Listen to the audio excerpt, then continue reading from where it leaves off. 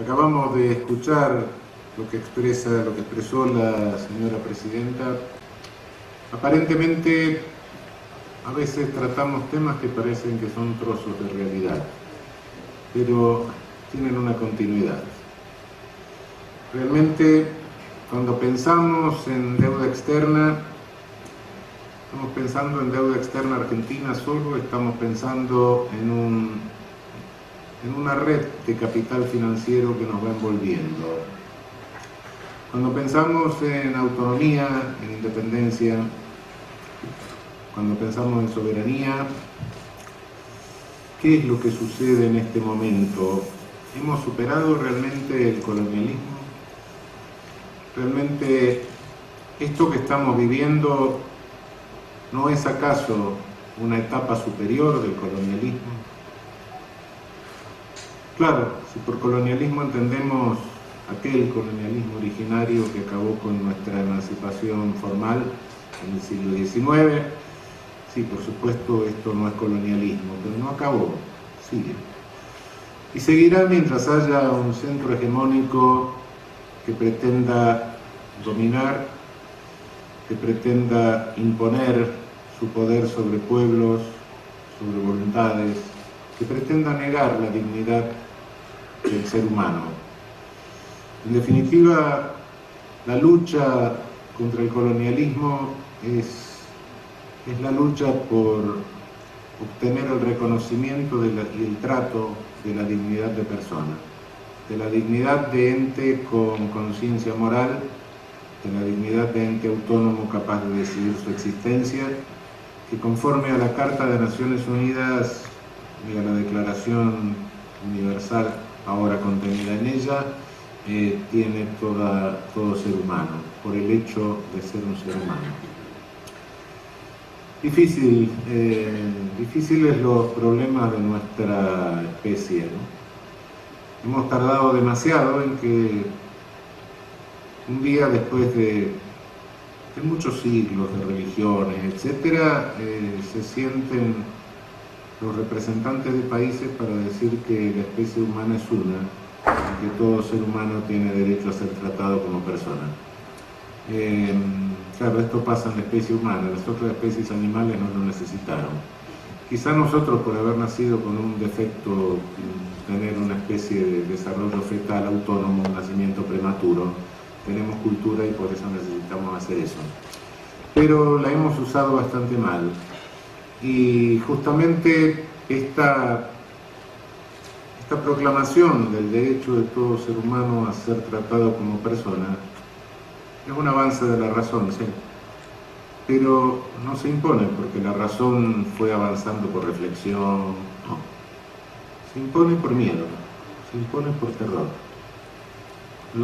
Si la razón fue avanzando y si fue avanzando algo en el derecho, siempre lo hizo por pánico. Pánico ante las catástrofes que había causado la sinrazón, las catástrofes de la irracionalidad. Y ni siquiera todas. Esto pasa cerca de mediados del siglo pasado y pasa porque la masacre se cometió en Europa. Y la masacre se cometió sobre personas que tenían un déficit en la piel que las hacía más blancas.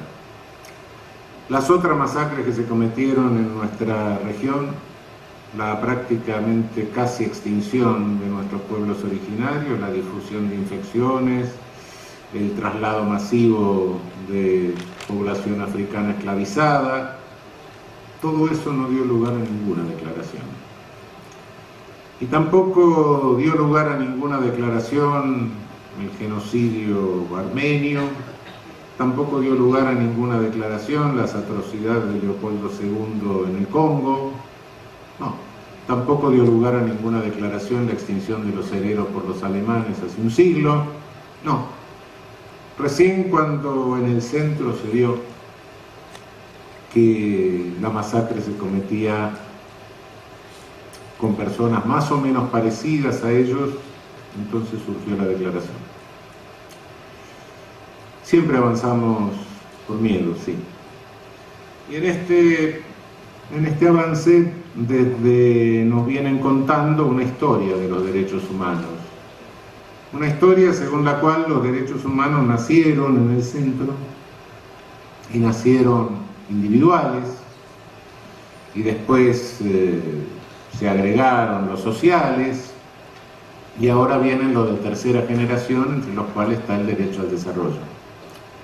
Claro, esta es la historia desde el centro, desde el colonizador, pero desde los colonizados no, porque esto que llaman los derechos humanos de tercera generación para nosotros fueron los primeros. La primera condición del derecho a desarrollo es la independencia. Claro, ahí empezó nuestra lucha por los derechos humanos. Y una lucha que llevaron a cabo nuestros libertadores, ¿sí? Y que a poco andar los libertadores molestaron, estaban de más. Y bueno, a Sucre lo mataron, Bolívar se lo llevó la tuberculosis un rato antes que volvieran a intentar asesinarlo, Moreno tuvo una rara indigestión camino a Europa, en fin, San Martín se dio cuenta a tiempo y dijo mejor me voy. Y vino el neocolonialismo,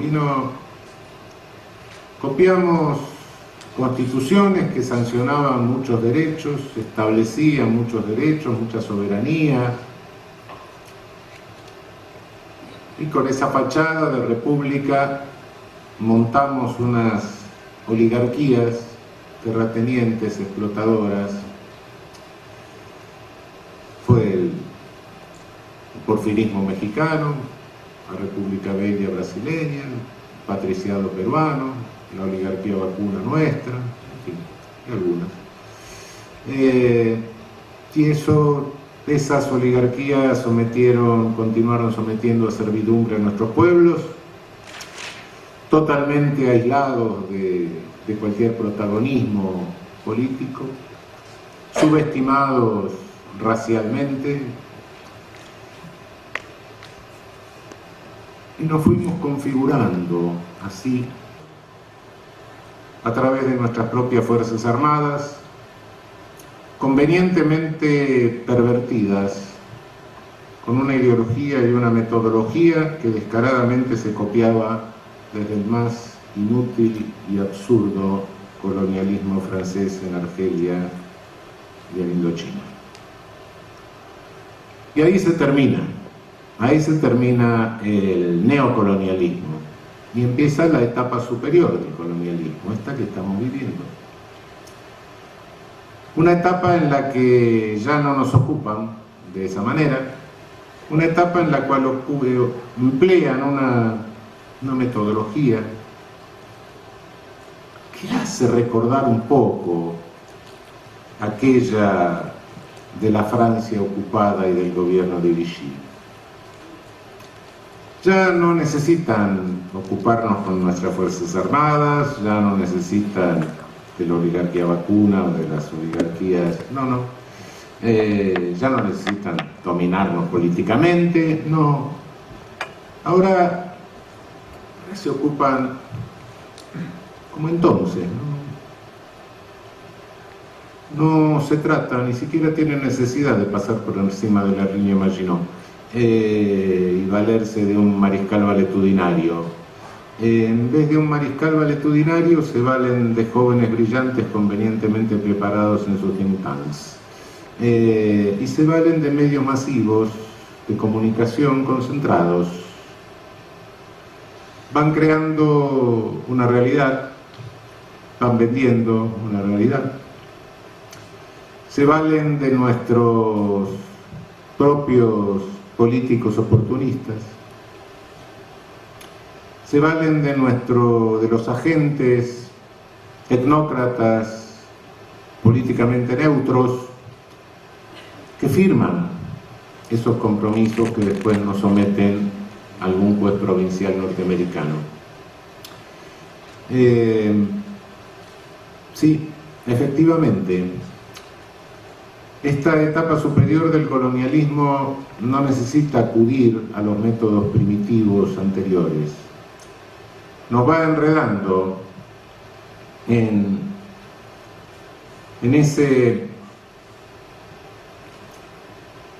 esa ola de capital financiero, de poder financiero mundial, que también en el centro empieza a molestar. Empieza a molestar porque, claro, es un capital financiero que se torna estafatorio, que extorsiona a los propios políticos centrales, que nadie se da cuenta que van preparando grandes estafas a lo largo de maniobras que son bastante burdas, bastante groseras. Da la impresión que en el centro existe la incapacidad por parte de bancos centrales y de organismos financieros de darse cuenta que se está dando crédito a quien no va a poder pagar, que se están dando créditos internacionales totalmente desproporcionados con el Producto Bruto de las naciones que lo reciben, que los bancos van perdiendo reservas, hasta que un día extorsionan también a los gobiernos centrales. Y este es el sistema que parece que hoy domina en el mundo, pero que no sabemos hasta cuándo se sostiene. Ese es el grave problema. El grave problema no es que se caiga, porque se va a caer irremisiblemente. El grave problema es qué va a pasar cuando se caiga. Y desde esta marginación nuestra del poder planetario, desde esta marginación en la que creo que tenemos que dar vuelta el planteo de filosofía de la historia de Hegel y darnos cuenta de que esta región nuestra, esta América Latina, no es más que el resultado del avance del Geist de Hegel. Si en lugar del espíritu, como hablaba él, ponemos el colonialismo, todo el avance del colonialismo planetario se reflejó en nuestra América. Los originarios sometidos, los africanos esclavizados, algunos asiáticos esclavizados por el Pacífico, el desplazamiento de población del sur de Europa en el siglo XIX, todos los perseguidos por las dos guerras y por las entreguerras, y como si eso fuera poco, también la colonización se hizo con vencidos, como eran los del sur ibérico.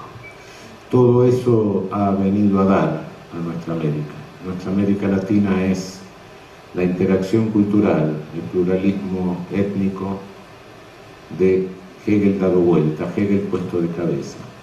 Si reemplazamos Geist por colonialismo, somos resultado de toda esa interacción que en su versión oficial de la historia, en su Geist, en su espíritu, que más bien parecía más que un espíritu, un fantasma, que iba avanzando, iba despreciando culturas y civilizaciones, todas esas interactúan aquí. Llega el momento de preguntarnos en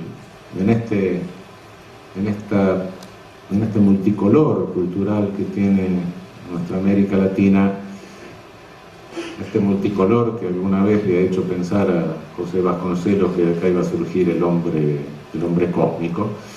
No ha surgido el hombre cósmico, pero sí va peleando por su derecho a ser persona y ser humano latinoamericano.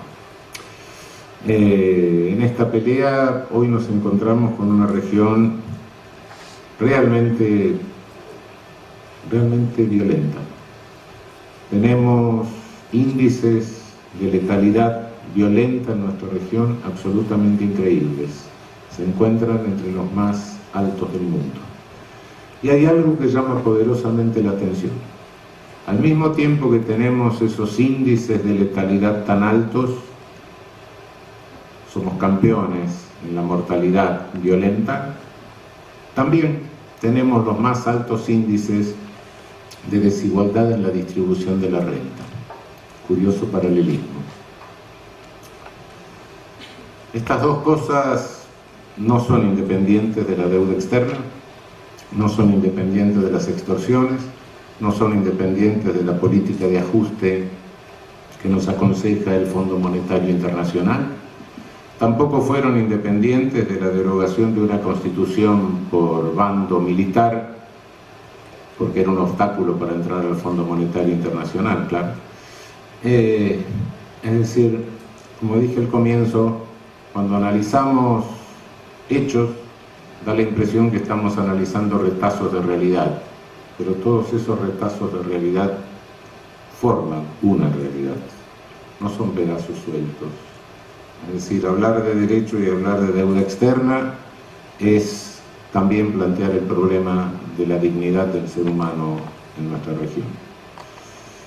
Por eso agradezco la presencia de todos, agradezco la hospitalidad del rector y felicitémonos por haber escogido este tema en esta oportunidad. Muchas gracias.